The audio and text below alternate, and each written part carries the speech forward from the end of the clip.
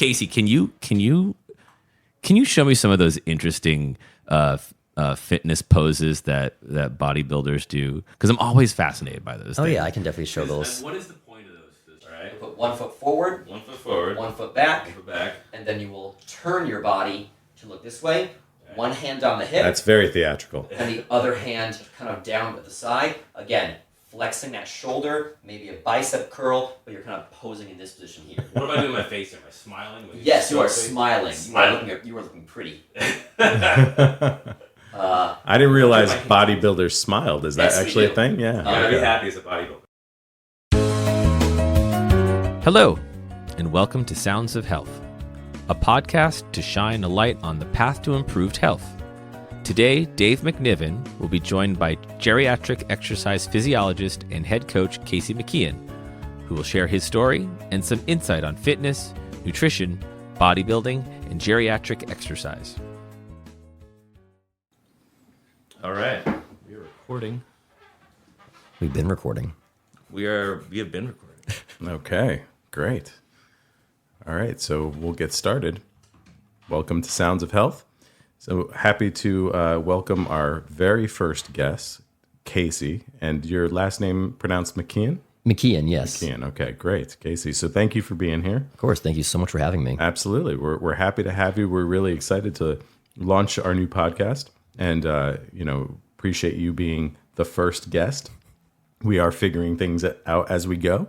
But the whole purpose of the podcast is really to kind of shine a light on people and resources and companies that are out there that provide a way for people to enhance their health. And it can be physical, emotional, or financial. So we'd love to kind of hear about you and your background and your story. To get started, though, why don't you just tell us, what you're doing now and how you fit into that category? Of course, yeah. So as mentioned, my name is Casey. As of right now, I prioritize in the physical and a little bit of mental wellness realm. I'm the head coach at OrangeTheory Fitness in Guilford. I'm also a private geriatric exercise physiologist as well. That's fantastic. So yeah, I definitely want to hear more about that and exactly what all of that is. But to kind of step back, let's talk a little bit too about your story and what got you to where you are. I'm always fascinated by how people got to where they are. I'm an owner of a health insurance agency, and I will tell you, there's no kid that ever grows up saying, I want to be a health insurance agent when I grow up. So it always amazes me that that's what I do, but I absolutely love what I do. But I'm meeting a lot of people in my world where I hear about what their stories are and where they go. And I don't think people realize how much opportunity is out there for establishing a career or going into a certain field. So why don't we talk a little bit about, how you got started, what your background is and where you came from? Yeah, happy to. I mean, my dream as a kid was to be a pitcher for the New York Yankees. That Awesome. did not work out. But before I got into actually, fitness, health, and wellness, my big priority was musical theater and dance. I got very involved throughout middle school and in high school. My junior and senior year, I was actually excused from some of my classes because I was doing professional theater work in Connecticut and a little bit off Broadway. Ended up going to college to study musical theater and dance, and it wasn't until college that a friend of mine in my fraternity actually introduced me to, working out and weightlifting. And I really fell in love with that because I was a very skinny, and when I say skinny, I mean really skinny kid. Right. I think I graduated high school at 17, weighing about 105 pounds maybe. Wow. Very, very small person. And so when my friend got me into the gym and got me eating more and consuming more protein, I started, noticing results. I was getting stronger. I was getting bigger. I was filling out. It was a really nice thing. And so I thought to myself, well, most musical theater, most actors have a side job as a waiter. I didn't want to do that. Yeah. I wanted my side job to be as a personal trainer. So that was my go-to plan was I was going to do theater and dance. I was going to move to New York and on the side be a personal trainer. Come to find out, over time, I realized, this is the mental aspect of things. Sure. I really enjoyed being in theater so much because it let me play characters that weren't me. Therapy session real quick. Yeah. Turns out playing characters is a real way to avoid being yourself. It's very true. It's what a lot of people get into that for. Right. But then slowly I was really learning to like who I was more than the character that I was playing. And that's when the switch kind of happened and go, you know what? I'm really enjoying and more prioritizing my exercise more than my theatrics. And so what I did was I left Rhode Island College, where I was studying musical theater and dance. I took the winter and summer off in order to get my personal trainer certification. I was around 20 or so. And then after I turned 21, I went back to school at Eastern Connecticut. And that's when I got my degree in exercise science. Decided to pursue that path fully. That's great. It was also at Eastern when I became a certified exercise physiologist as well. That was something that one of my professors kind of pushed me to do, saying that normally you're only allowed to do this once you finish your degree. But there's a loophole that if someone recommends you in the organization, ACSM, the American College of Sports Medicine, will let you enroll in the program early and get it done your final semester of senior year. And that's what I did. Yeah. Let's see. Post-graduation, I decided to train and coach myself into a natural men's physique bodybuilding competition. So that's what I spent, again, senior year. I spent the time, studying, getting good grades, becoming a physiologist, and also training myself for this bodybuilding competition. So in July, shortly after I turned 23, I went and I won the OCB men's physique category for the Hall of Fame contest. Wow, amazing. So that was awesome. So that was the start of my really career. Upon finishing that, I got a job as a personal trainer in my local gym. And I continued to also work in this retirement community. That was my first job. I was a dishwasher. Then I was a therapeutic aide. And then when I got the degree and the personal training certifications and the exercise physiologist certification, I became more of a health and wellness person for this geriatric population society. Oh, wow. That's fantastic. So going back a little bit, when you started to make that switch into kind of the fitness realm as opposed to the theater realm, did you turn one off and turn one on? Or did you keep doing theater as well? Kind of turned it off. That once I left Rhode Island College, I really turned the whole theater thing off. I mean, it's funny now. I mean, there's multiple people in my lives who I've known throughout my fitness and health career have no idea that I could sing or dance or anything like that. I mean, even my fiance has never heard me actually fully sing before. I mean, at karaoke after a few drinks, yes. Right, of course. But she's never actually heard me fully, practice and perform a piece. Gotcha. She wants to do that for the wedding, and she might get her wish. That's great.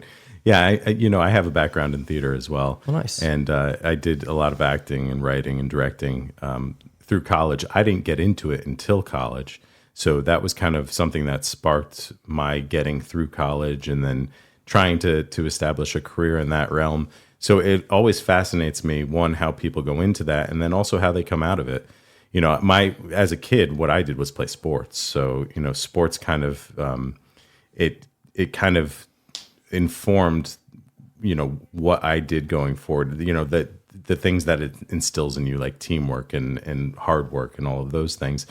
But I always found theater to be very similar to that.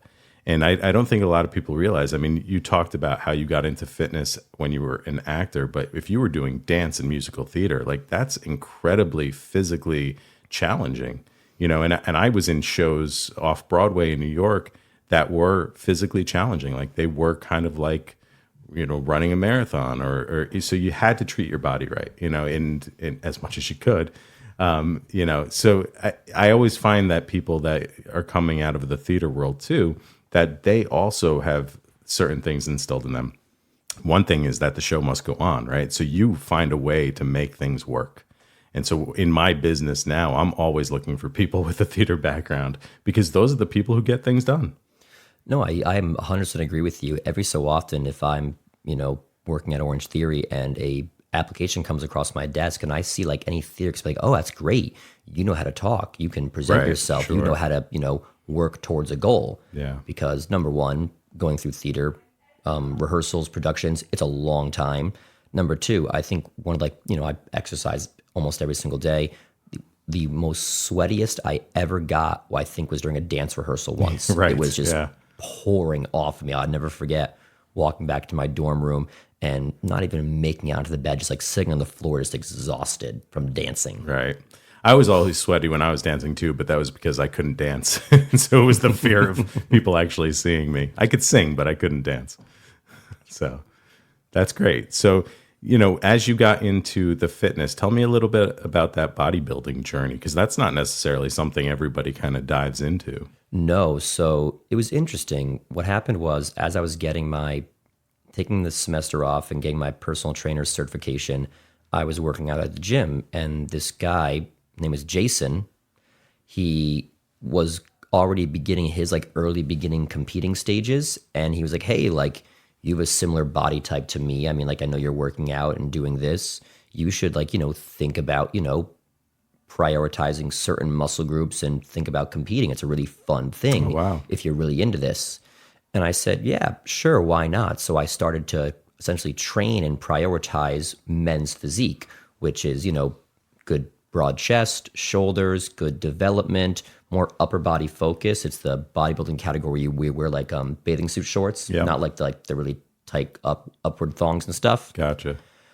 Yeah, because I liked it. I liked the aesthetic look of it. And then I discovered essentially for myself, I was getting this degree in exercise science and sports training. I also wanted to, prove that I could do something for myself with it.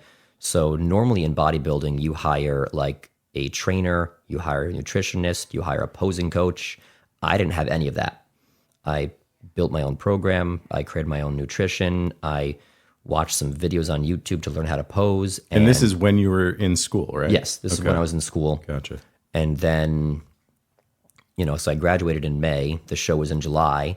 So I was working through that. And, without a team, without a coach, without a nutritionist, without a poser, I was able to win. And I'll never forget the judges saying who's your coach? Who's your this? I'm like, no one. This was all me. Wow. That's amazing. Thank you. Yeah. I mean, for our listeners, they can't see you, obviously. So if I were to look at you, I wouldn't say, oh, yeah, you're a bodybuilder. Definitely fit and in shape and all of those things, but not something that you would ever think of as an opportunity, I would think, with somebody. You mentioned that you were considered skinny when you were coming out of high school. But that is something that people can get into at all different stages, all different body types. Is that? You definitely can, yeah. Especially, there's so many different categories. For bodybuilding, there's men's physique, which is what I did, where you wear the bathing suit shorts and you kind of look at the beach model. There's classic physique, which is what Arnold Schwarzenegger kind of was. Sure. And then there's open bodybuilding, which is just the massive, massive monsters of human beings that they don't look real. It's just muscle on top of muscle on top of muscle. Gotcha. Okay. And, I would, not competing isn't for everyone, but training to build muscle, to build an aesthetic physique, it's a really great thing. And this kind of segues into the importance of strength training, that kind of stuff, is because if you're building for an aesthetic physique, if you're building for muscle, your body is creating more active muscle. The more active muscle the body has, essentially a number of things happen. Number one, you improve your bone density by strength training, because when you resistance train, your bones go through something called a minimal essential strain. Our bones aren't rigid. They're able to bend a little bit. They do snap, they do break. Sure, yeah. But they are able to bend, and that's the ability to bend under a load that actually strengthens them.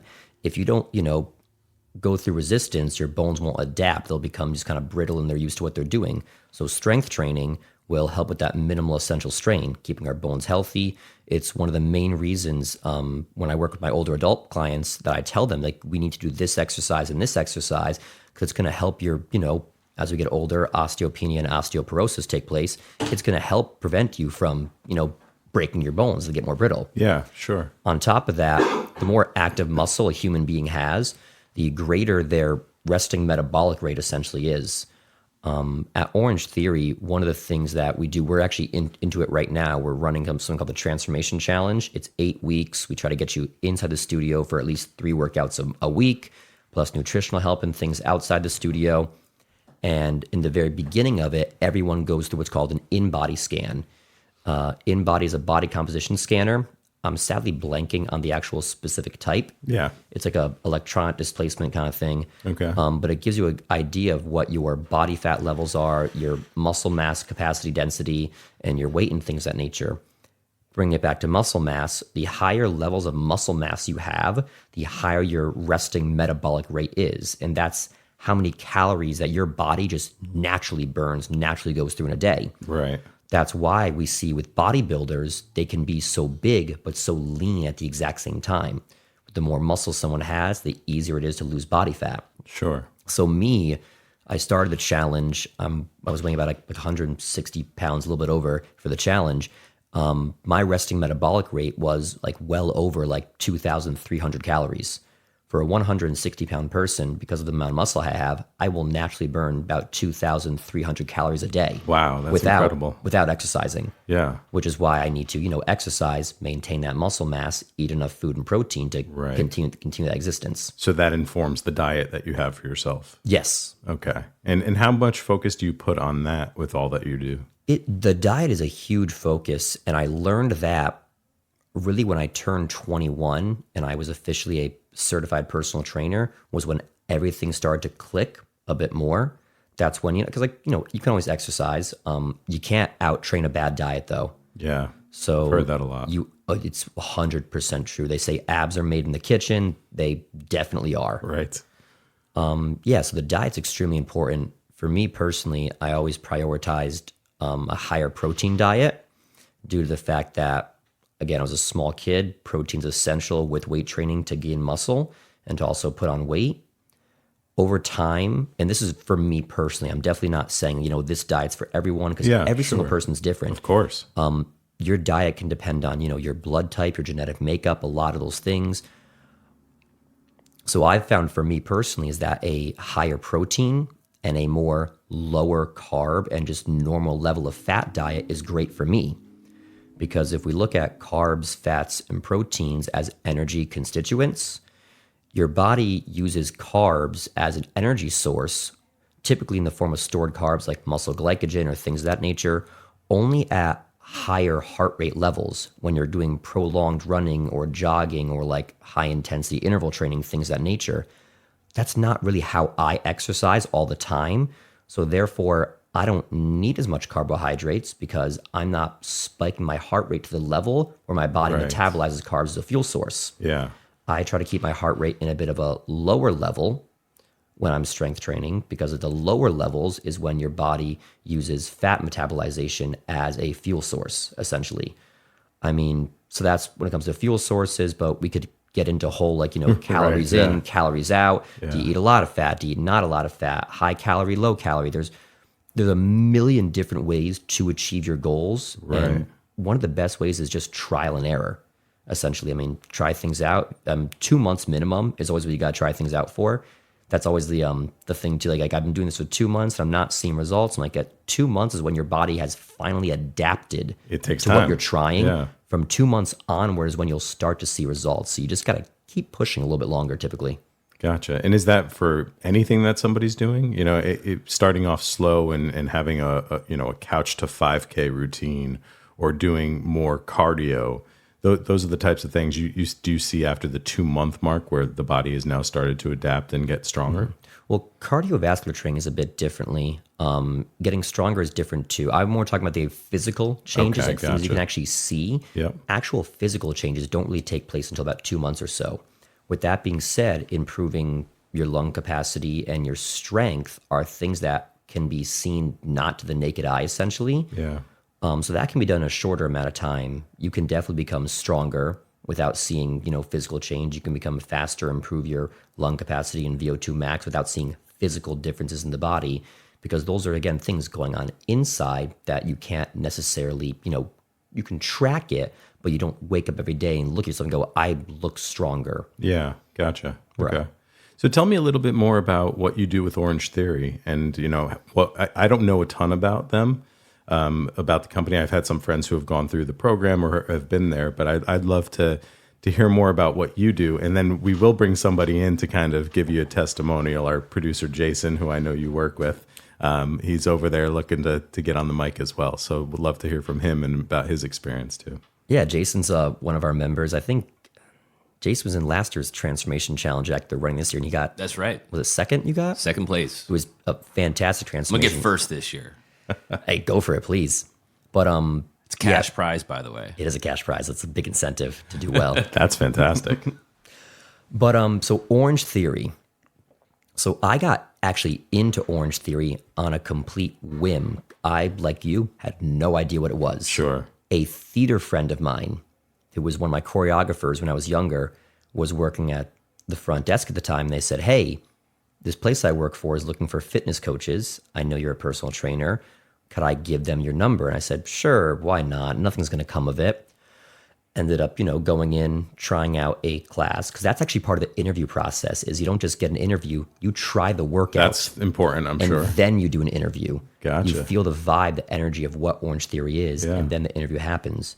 So the workout itself it's heart rate based training. So the first thing you notice is that, number one, you're wearing a heart rate monitor during the actual workout, a little bit more high tech than an Apple Watch, because of the fact that the Apple Watch is using a bunch of different pieces of processing power, emails and text messages, plus fitness, but a bunch of other things. Right. The Orange Theory heart rate monitor is just meant for tracking your heart rate, for exercising, for working. It's the only thing. So all of its processing power is used for that exactly. Right. And it updates every 1 or 2 seconds your heart rate, whereas the Apple Watch is every 5 or plus seconds, I think, right now. So is the heart rate monitor something somebody gets when they come into Orange Theory? Yeah, so when you first try your first workout, you're given a heart rate monitor as a loaner, and then if you join, you have the opportunity, and you really should, to buy your own heart rate monitor, because it's such a huge part of the actual workout. Okay. Inside the actual studio, on every single treadmill, on every single rower, and on 3 or 4 TV screens around the room, are everyone's displayed heart rate monitors. Oh, wow. Okay. So when you're on the treadmill, you can see in live time, your heart rate monitor, your beats per minute, your max heart rate percentage, increasing, decreasing. The coach at any point has a total view of everyone's in the class, while you personally have a single view of just yours. Okay. Gotcha. There's 5 different colors that can appear as different heart rate training zones. There's the gray and the blue zone, which are kind of like the early warm-up zones when the heart rate's a bit lower. The middle is the green zone. That's more of an endurance thing. It's not super high intensity, but it's definitely a workout sort of zone. And the higher 2 zones are the orange and the red zones. So as your heart rate percentage climbs, you see these colors are changing. And every single effort in the workout is typically based on one of these colors. So me as a coach, if I'm saying, all right, everyone on the treadmill, you're going to do a 1-minute push effort. Push is associated with the orange heart rate zone. So the goal is in that 60-second effort, you're going to bring that heart rate up to where you see it become a orange colored heart rate. Okay. Is this where the name comes into play as well? So it's funny. It is and it isn't. Okay. So originally it was called Orange Theory Fitness. Before heart rate monitors were even in the workout, it was just a workout, and it was called Orange Theory Fitness. The reason they called it Orange Theory is because they wanted to find something that was good intensity, but was also, happy and a good vibe. The typical color associated with intensity is red. The typical color associated with happiness and good vibes is yellow. You put those two together, and it becomes orange. That's great. And on a sheer accident, when they added heart rate monitors into it, they didn't program what colors things were going to be. On a sheer accident, the most important zone was orange. Oh, wow. So it just perfectly worked out that the orange zone is the main thing at Orange Theory Fitness. That's awesome. It's on pure coincidence, and it's blown up since then. Great. That's great. Yeah. So I'll keep talking about this a little more if you let me. Please, go ahead. So Orange Theory Fitness, we talk about those heart rate zones. There's 3 different parts of the workout. There's treadmill work, there's water rowing, and there's also strength training. Within those 3 different parts, for an hour-long workout, the goal is to increase your heart rate into the higher orange and red zones. That's 84% or higher of your max heart rate. For about 12 to 20 minutes of the total 60-minute workout, you want 12 to 20 minutes or so to be in those higher zones. Because by being in those higher zones, your body then generates something called EPOC, excessive post-oxygen consumption. And what that means essentially is that because during the workout you elevate those heart rate levels to a certain point, your oxygen levels became depleted. Now, EPOC is a post-workout thing. It's a more fancy term for afterburn. Okay. You've heard that for workout classes, where your oxygen levels were deprived because of how hard you worked. So for the next 3 to 6 hours, your body is going to work to bring the oxygen levels back up. While your body is bringing oxygen levels back up, it's working. Therefore, it's burning calories more than they would above typical rest. Gotcha. And as I kind of mentioned earlier, with, at lower heart rates, your body burns fat. Your heart rate is low, but you're burning more calories than rest. So those 3 to 6 hours post-workout, in reality, it's in fat metabolization. So you work really hard during the workout, and your body, as an extra benefit, will end up burning more fat post-workout. And it's that long of a time. It's 3 to 6 hours. Yeah, so 3 to 6 hours is the formula that afterburn or EPOC lasts for in the body. Now, there are records of it lasting for like up to 24 or 48 hours. Oh, wow. But that was in ultra marathon runners. Sure. Okay. So you always got to look with, when you look at studies, think like, wow, this sounds too good to be true. Sometimes it is too good to be true. Sometimes it's an actual fact, but you got to look at what the study was done upon. Yeah. Saying at the afterburn or the EPOC effects last for 24 to 48 hours, it does in ultra marathon runners after extreme distance work. At OrangeTheory, in an hour-long workout, it's 3 to 6 hours. Gotcha. So the typical workouts at OrangeTheory are an hour long. Yeah, they're a 60-minute workout encompassing the treadmill mostly, working on your cardiovascular health, the weight floor, the strength training, working on your active muscle development and functional strength. And then the rower is kind of a mix of the two. Have you ever used a rower before? Yeah, I have. So a rower is it's some people's banes of existence. Yeah. It's extremely difficult piece of equipment to use, and then others love them. Swear by them. It's not difficult and like it's like hard to grasp it, but just it's demanding on the body. Sure, yeah. Because of the fact that you're using a leg drive, core stabilization, as well as an arm pull to continue moving back and forth. So when you're running, you're using your legs. Right. You're not also running with weights and bracing your core. On the row, you're doing all of that. You're using your entire body every single second while you're rowing. And because of that, it's a cardio equipment if you do it long enough. It's also a strength equipment if you do it intense and rest enough. So it's a combination of the two. We like to say at OrangeTheory, your rowers where you can put power in.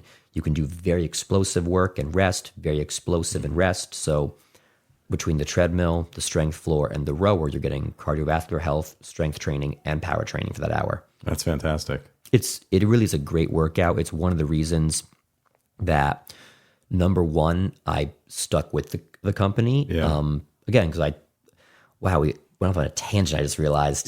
That's what happens in conversations. Yeah, but so going back to how I got into OrangeTheory, I accepted the job. It was really enjoyable. I worked as a coach and as a part-time front desk person as well. Then eventually, as time was on, I had the opportunity to become the head coach, which is what I do now. So I'm in charge of all the coaches and the workout scheduling and training coaches and things of that nature, making sure everyone's up to date on certifications and different learnings and things that come out. And it was because of the excitement of the workout, the intensity of it, as well as, again, the overall vibe was so much fun. Yeah. I think I told you, having that theater background that I have, it works in OrangeTheory Fitness because as a coach, I'm on microphone. That's great. I'm on microphone. Music is blasting. There's 24 to 36 people in the room with me at a time. And I got to make sure I'm kind of performing in theater in the round in a fitness and health style. But nonetheless, I'm not keeping my back turned to group A for too long, to B or C, making sure I'm constantly gauging, looking around the room. Number one, making sure I'm keeping up with the template, making sure everything is timed correctly. But number two, addressing who is not working hard enough, who can work a little bit harder, who's doing something way too hard and they need to ease off from, whose form needs work, who needs to be gone over to and said, hey, you're amazing right now. I just wanted to just compliment you on how fantastic your form and your weight choice are. You're really killing it. Because you want everything. You don't want to be that coach who's like, you're doing this wrong, and this silence for the people who are doing a great job. if someone's doing a great job, you want to acknowledge that. Absolutely. Yeah. When I was in college, one of my professors, Dr. Swichenko, who I hands down accredit to teaching me the majority of everything I know and also influencing kind of how I coach and how I act, he said on day one of our first class with him, I teach to the top of the class. If you are not there, you need to catch up. Wow. And it was very demanding. And I did catch up. That's kind of how I also teach a little bit in OrangeTheory Fitness. If you are doing something spectacular, I'll make sure everyone knows you did something spectacular. Yeah, sure. Yeah, well, that's motivating for that person and for everybody around them, I would assume. It is, yeah. I mean, the other day I had a member.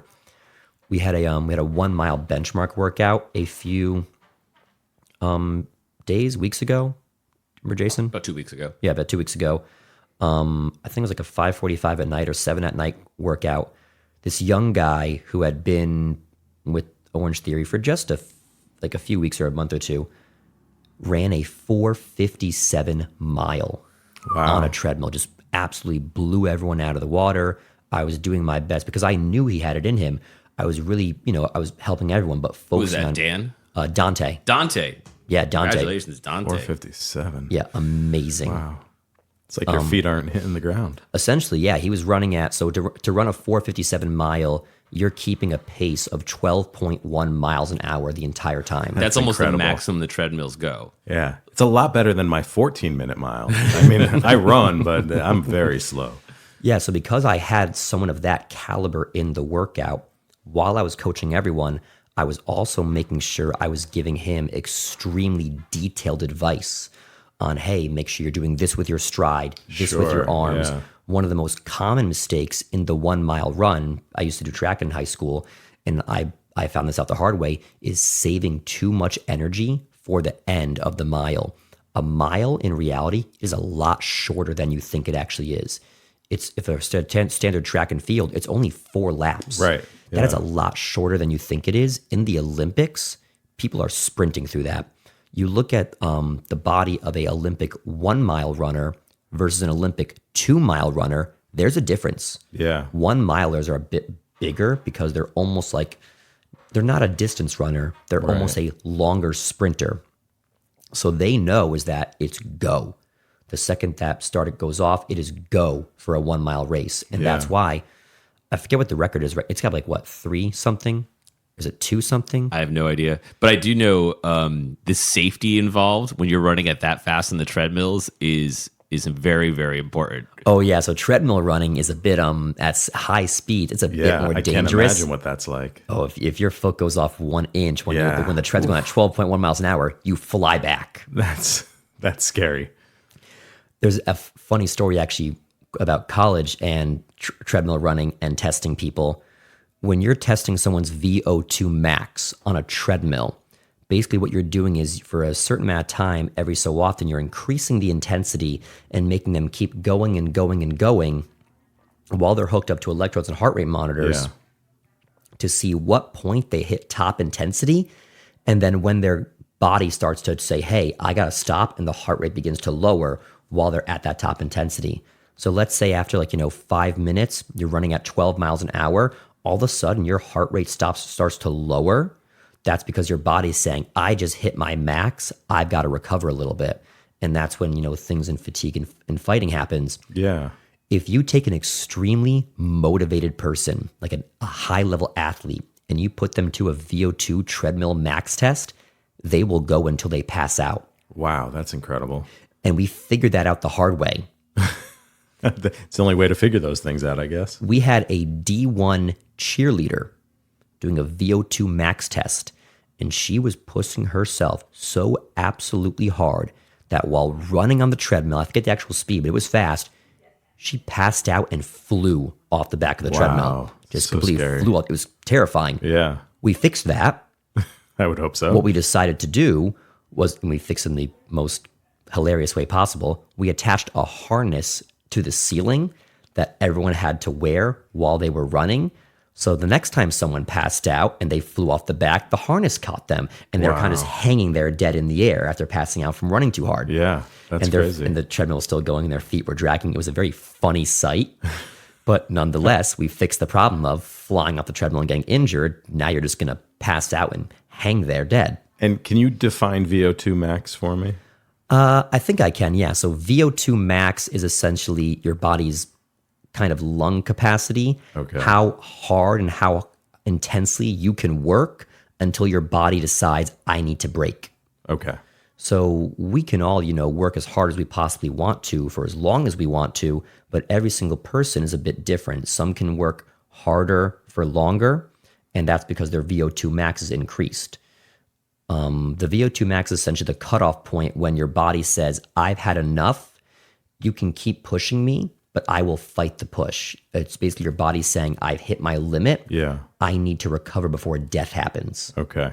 And that's something that you can increase with work. Yes, you can increase your VO2 max with work. I mean, that's why, humans, unlike, machines, engines, we can adapt, we can evolve, we can get stronger, we can get faster because we're biological. The VO2 max is the thing you try to increase or strengthen in terms of cardiovascular fitness and intensity. Okay, great. Thank you for that. I think I could probably take this conversation in so many different tangents. I have like 6 questions where I would like it to go, but I want to also just talk about that transformation challenge and Jason's experience with OrangeTheory, because I know he wants to chime in too and talk a little bit about that. So Jason, you want to tell us a little bit more about that? Oh, absolutely. So I joined OrangeTheory on advice of my fiance, Rochelle. She's also a coach with OrangeTheory. Always follow your fiance's advice. Always follow your fiance's advice. That's the number one thing we've learned from this podcast. Right. But yeah, she also, like every coach at OrangeTheory, is a certified personal trainer. They're also, most of them have degrees in exercise science, whether it's an undergrad or a graduate degree. So these are professionals in the field. And with that comes with all the training that they've had. So wonderful thing that Casey does when I'm in class with him is he'll give me number one, it's backed by science. The information that we're getting from the class is backed by science. And also Casey gives me the primary source information of things that he's actually referenced in his studies, his classes. These are tried and tested, scientific method, proven facts that help with your exercise. This isn't like fad workout, right? And what that was one thing I was having problems with other gyms that I was going to, because I've been to quite a few gyms, and I've also run in the past by myself. Done some distance running and training my own. And getting to the next level, it's really, really essential having someone there as a gatekeeper of the good information versus the bad information. Yeah, always important. So joining OrangeTheory, I was coming out of the pandemic, like everyone else. I had more than a few extra pounds on me, and I knew I wanted to get back into fitness. I wanted to get back into running. I want to get back into exercises. And I want to do it right this time because I'm older. I don't want to hurt myself. I want to making sure I'm treating my body right. And Rochelle said, just come to a class. Just try it. Just try it, Jason. And I did. This is about 2022, I think was when I started in October. And I came to a class and freaking loved it. I got my ass kicked. I sweating balls in class. Came out there with, of course, the runner's high, like everyone does. And the atmosphere was super positive and charged and happy and really thought it was a good eye opener. Like, okay, this is something not only that I can do, but it's something that's rewarding, and I can see myself going on a regular basis. Yeah. And I can see myself improving. The 3 things that I needed to do, the first one was to lose weight, like everyone else. The second thing I needed to do, I needed to strength train because I was just weak, versus other times when I was exercising and training. And the third thing I need to work on my balance because I had the worst balance in the world. I couldn't stand on one foot at all. Like I could barely hold myself on one foot. Extremely important, especially as you age. Yeah. And so I gave myself a goal. I said, hey, I want to get back into running. I know it's a lofty goal, but I'm going to schedule myself for a half marathon. And I did. I scheduled myself for the New Haven Road Race, which was about a year later. And I said, this is going to be part of my training to get back to that. And then coming into class, Casey's like, yeah, we're going to get you training. You're going to get ready. And then as it got done closer to the marathon, Casey's like, this is what you need to do. Don't worry too much about your food intake as much as you're getting enough calories, and we're going in the ins and outs. I got some recommendations about my shoes that I'm wearing. I got, we're talking about things that I can do help to relax and stretch my body and things like that. But the one-on-one coaching, it not only helps with your overall class, how you're doing in class, but this is also things that you can take elsewhere. Yeah. There are other types of classes that Orange Theory offers other than the 1 hour classes, which are fantastic. And I found myself, this is essential during last year's Transformation Challenge, taking 2 classes a day. Wow. Because you had the 1 minute, the one class, which is 60 minutes. And then after that, you can take a strength class dedicated solely to building either your legs, your overall overall total body strength, or your upper body strength, depending on the class you take. And they added this year even a tread class of 50 minutes of tread work, which is fantastic. So I was going last year, taking 2 classes, getting my VO2 max getting into EPOC in the first class, and then spending a good 50 minutes in the next class just working out and burning tons and tons of fat. I absolutely lost 30 pounds. That's amazing. In class. And it wasn't, got stronger. And it got stronger. Yeah. And it wasn't something that I was doing like consciously. Yeah. Although I was consciously going to class, I wasn't focusing primarily on food intake. I wasn't focusing primarily on, making sure that I'm obsessing over what routine I'm doing. It was just me just going there and participating, and they took care of the rest. Based upon the evidence and the science, and they know how to train people. They just took care of the rest right there. But this year though, I'm going to try to get first place in the Transformation Challenge. So I'm actually going pretty hardcore with the food intake, and good challenge to have. Yeah, and this year they've actually modified the challenge too. So they're really more focused and heavy on making sure you meet your protein guidelines, making sure that you're got overall wellness dedicated to either, I guess they're doing either muscle mass. Is that what the 2 is? What is it this year? Yeah. So in the years past for the Transformation Challenge, the one Jason did last year, the goal was just how much body fat can you lose in the 8 weeks. This year, because there's such a focus on really there needs to be more strength training in society, there's 2 different goals. Number 1 was the one we've always had, which is after 8 weeks, step back on that body composition scanner, see how much fat you lost. Number 2 this year we finally offered is see how much muscle you can gain in 8 weeks. Because I had mentioned earlier, more muscle, the better your body does at everything, at burning fat, at being stronger, at being healthier, at increasing bone density and all things of that nature. So protein with that is a big goal too, because number 1 with protein, as it helps build muscle. It's amino acids. Your muscles are made up of amino acids. You tear those apart, microfibers, right? And then you got to build them back up by eating protein. Number 2, and people don't realize this, if you hit your protein goal, it makes dieting so much easier because of how satiating protein is. If you hit a high protein diet, your carbs, your fats, your calories, they're all going to fall into place. You're not going to have enough of a hunger to wolf down a bag of chips after you've had your chicken. That's a great point. Yeah, that's awesome.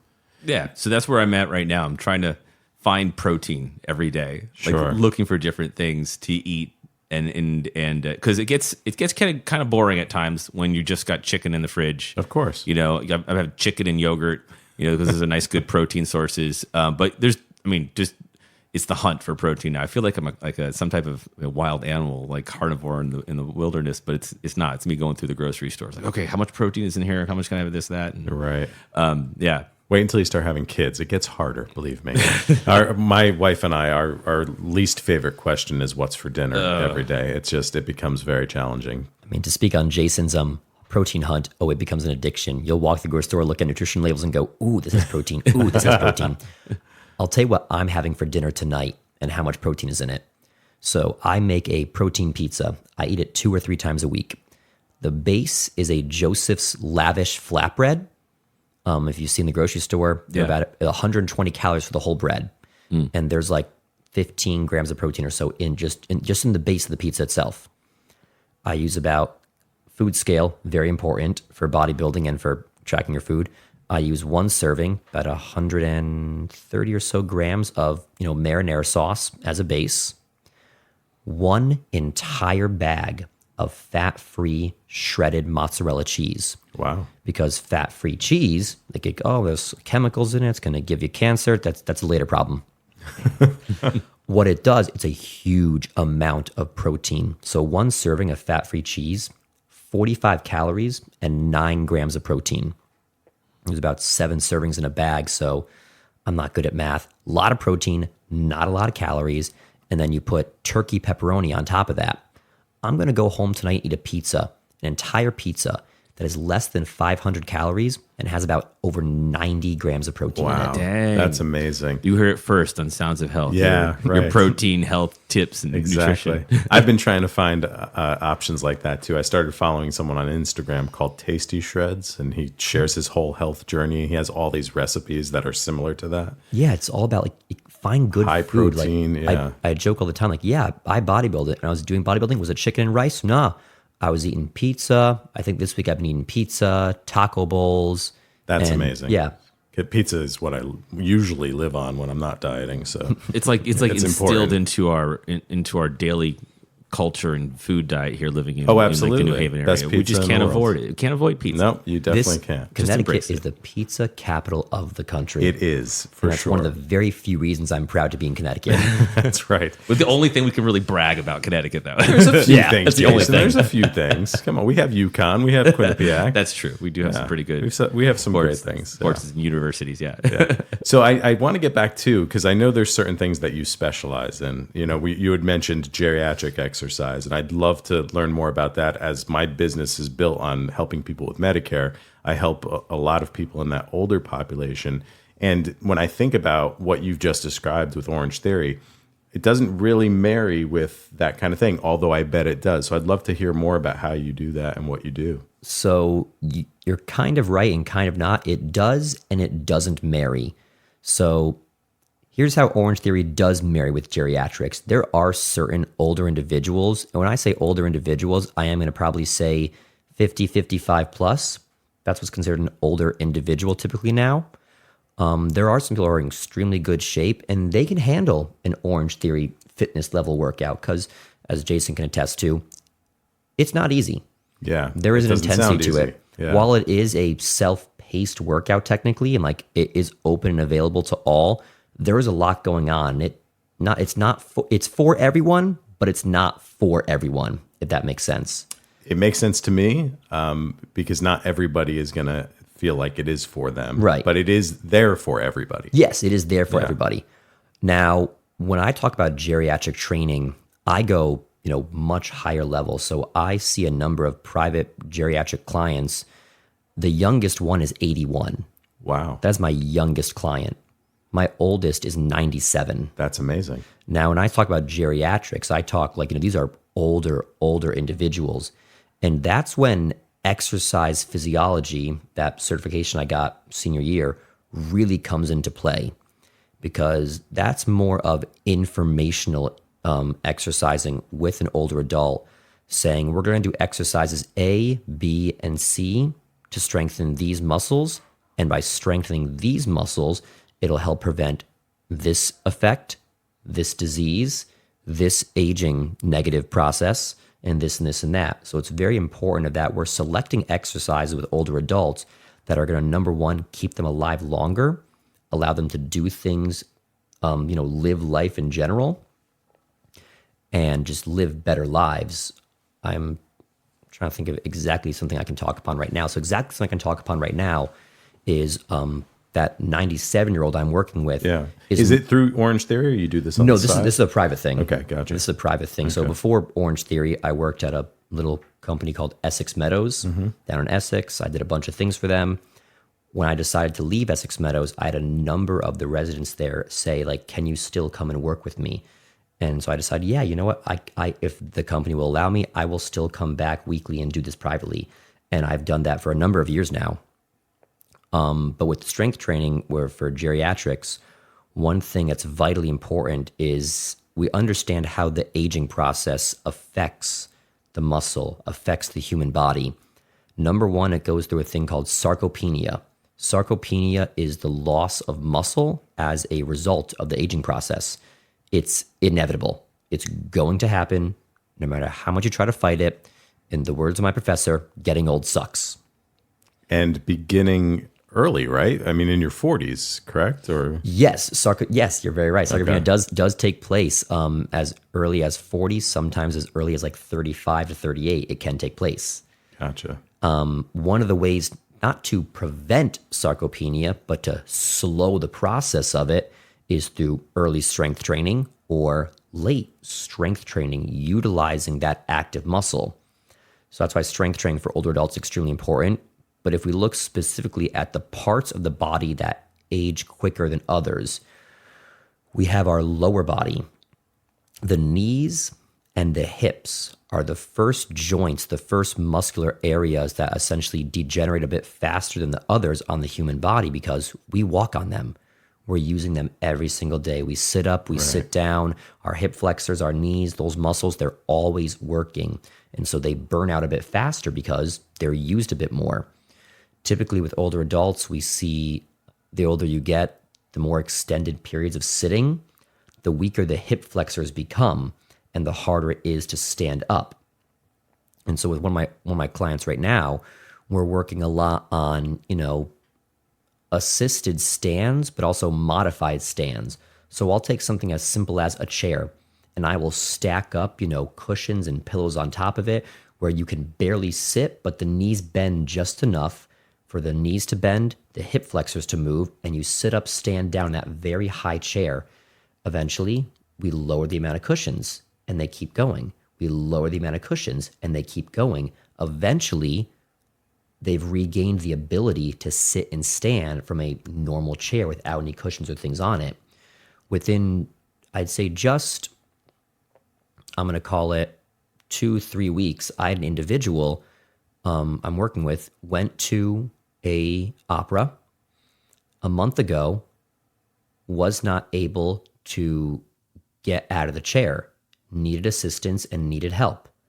A month later, after doing these exercises, this 97-year-old was able to get up out of the chair unassisted. 1 month. So are you telling me that it's never too late to improve your life? It is never too late. As much as I love fitness and health and preach it, I'm 28 years old. I've only been involved in fitness and health for 7 years. Wow. Okay. It is never too late. I spent 21 years not thinking at all about fitness and health. Yeah. For 7 years, I've made it my prerogative, my priority, my career, my hobby. Kind of defines who I am. I can make the joke that, I exercise so much, my physical state's fantastic. We're not going to mention my mental state. Right. But I can tell also important. Yeah, I can tell you though anyone over the age of 40, you're reminded of your physical state every single time you get up from a chair or get out of the car and you make that noise that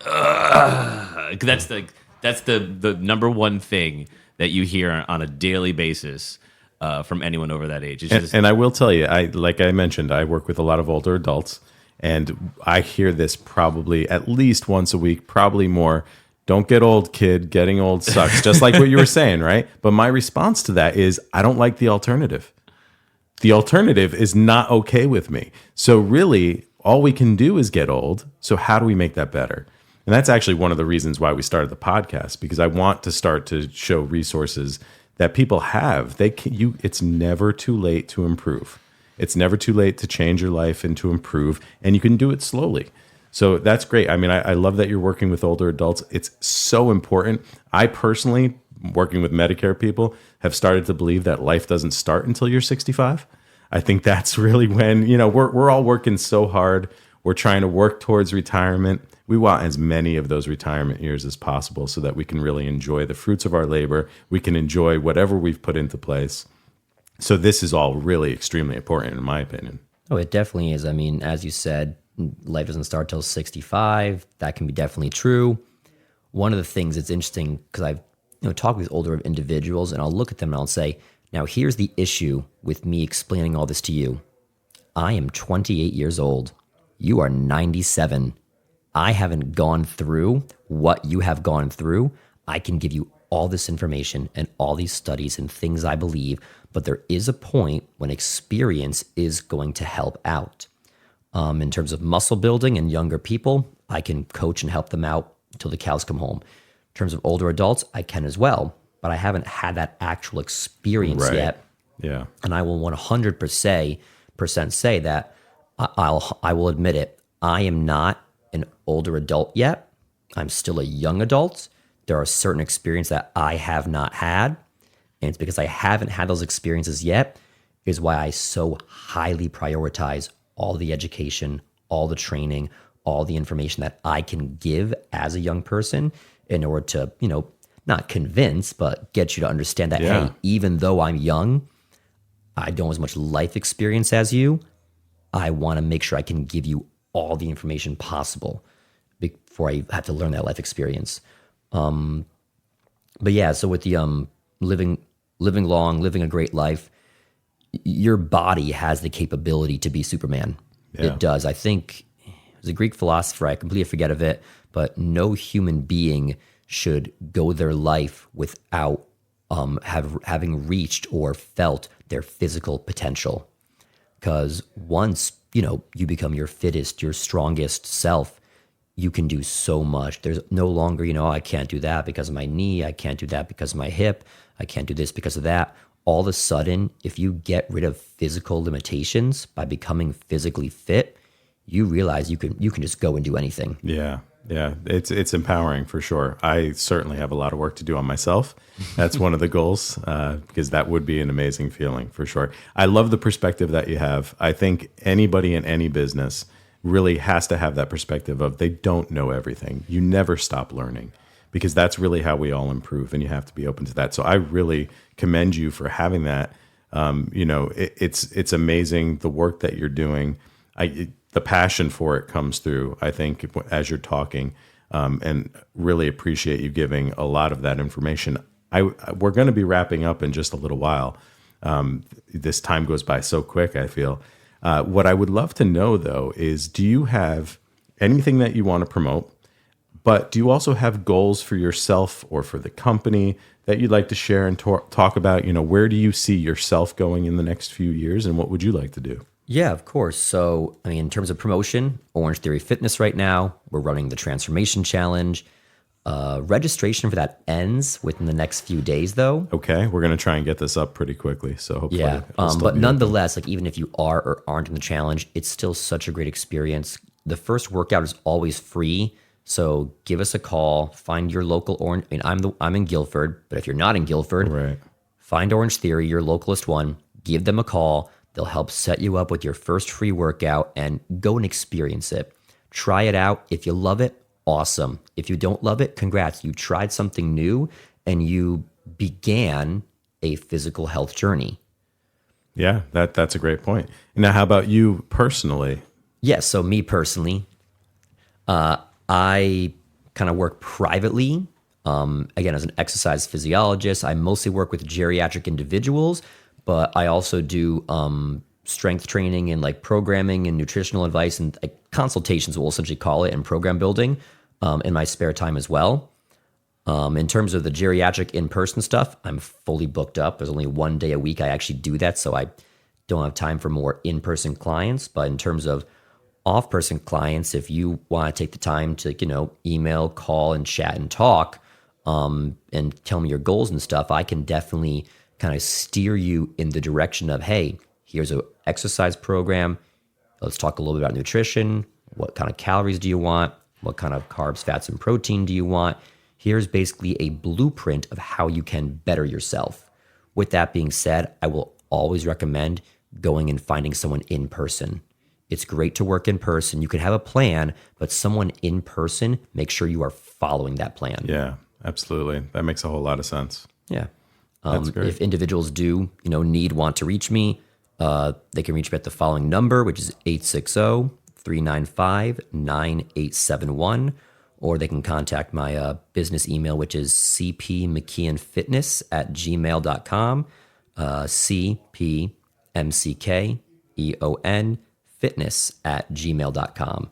And always happy to at least have a conversation to figure out what you need in terms of that nature. That's great. Well, we'll definitely put that information too in the notes for the podcast, so people will be able to kind of get all of that and reach out if they need to. I want to thank you for being our first guest. This has really been an incredible conversation. Hopefully we'll have you back at some point.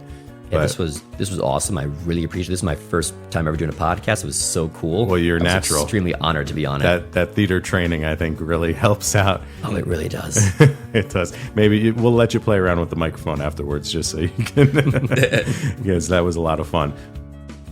So I just want to thank Casey McKeon for being our first podcast guest and getting us started. Also, Sounds of Health is brought to you by Nutmeg Insurance Advisors and recorded at the offices of Nutmeg Advisory Group. The podcast is produced by Jason Carubia and Dave MacNiven, with music by Rob Hames. Please remember to like, subscribe, and leave a review wherever you listen to your podcasts.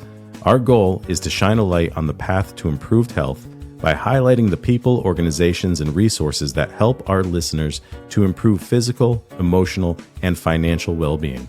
Be sure to join us on this journey every week, and don't keep us a secret.